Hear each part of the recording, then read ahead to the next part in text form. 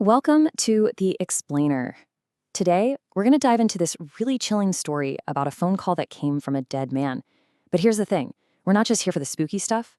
We are going to pull this story apart piece by piece to really understand the blueprint of how a viral mystery is made.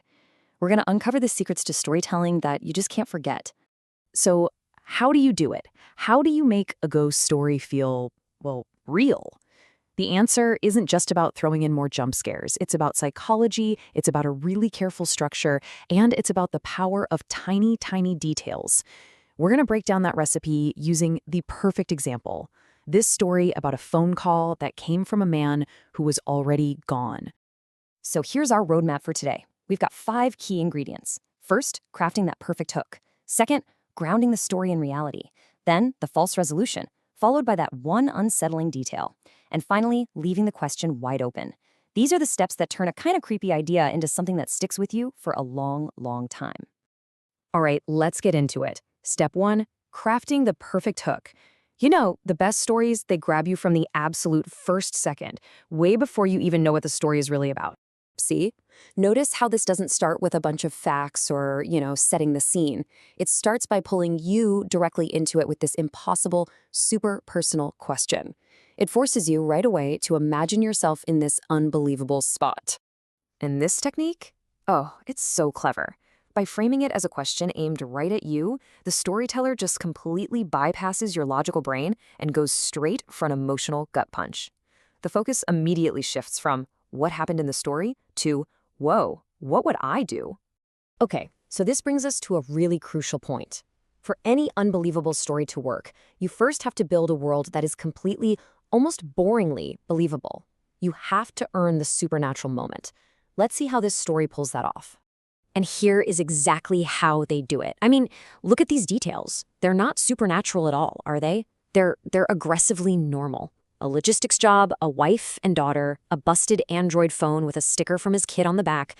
These everyday things make the character, Rajesh Kumar, feel like a real person, not just some name in a spooky story. And then the story just meticulously lays out this really clear, logical timeline. You see the accident on the 14th, the hospital bagging up his stuff, the family putting the phone away in a drawer. Everything follows this predictable, almost procedural path. This builds up a solid foundation of reality, right before the story just shatters it. Now for a classic storytelling trick, and it's one of my favorites, the false resolution. This is where you think you've solved the mystery, you make the audience feel safe, you make them feel smart, and then you pull the rug right out from under them. So, the family goes to the police, and the whole investigation seems completely straightforward. As you can see, each step just leads logically to the next, and it's all pointing to a really simple criminal explanation. The weird calls lead to a signal trace, that leads to a warehouse, and that leads to a thief. Simple. This part is just perfect. Every single creepy little thing gets a perfectly logical, almost boring explanation. Those nightly calls? Oh, that was just an accidental auto dial. The heavy breathing? That was the thief, sleeping. The weird metal scraping sound? Just old machinery shifting in the wind. The story neatly ties up every single loose end. And just like that, the tension is gone.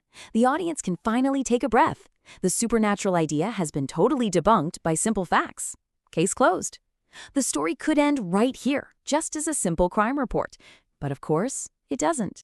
Because the stories that are truly effective, the ones that really get under your skin, they always save one small contradictory detail for the very end. It's that single loose thread that's about to unravel everything we thought we knew. And here is the brilliant turn. The story uses the very thing that made it feel real, the hard data, the official records, to completely dismantle the rational explanation we just bought into. It uses its own logic against itself. It's genius. And here it is, the problem, laid out clear as day. The thief's timeline and the phone's call log, they just don't match up. He confessed he stole the phone after the funeral. But that very first terrifying call, it was made the night of the funeral, before he ever had it. This leads to the one question that the police just could not answer. If the thief didn't have the phone on September 16th, then who did? And more importantly, where was that phone when it made that first haunting call? And here it is, the real twist. According to the phone's own location data, that first call didn't come from the warehouse, it didn't come from the family's house, it came from a secure room deep in the hospital basement, right next to where Rajesh's body was being held in the mortuary. And this is the final chilling detail, the one that was supposedly left out of the official report. They checked the security footage from that room, and there's nothing. No person, no outside force, just the evidence bag with the phone inside, moving, just slightly, at the exact moment the call was made. There is no logical explanation for that. And that brings us to the final step. See, a great mystery, it doesn't really conclude with an answer. It concludes by cementing the question in your mind, making you a permanent part of the uncertainty. This final quote from the wife is it's heartbreaking. It completely reframes the entire story. All of a sudden, that creepy breathing isn't malicious or scary anymore.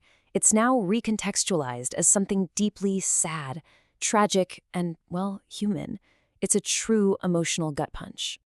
And that right there is the ultimate takeaway.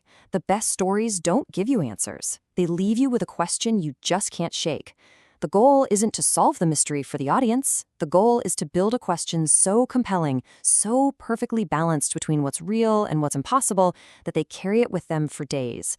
The story ends, but the mystery, it lives on right here in your mind.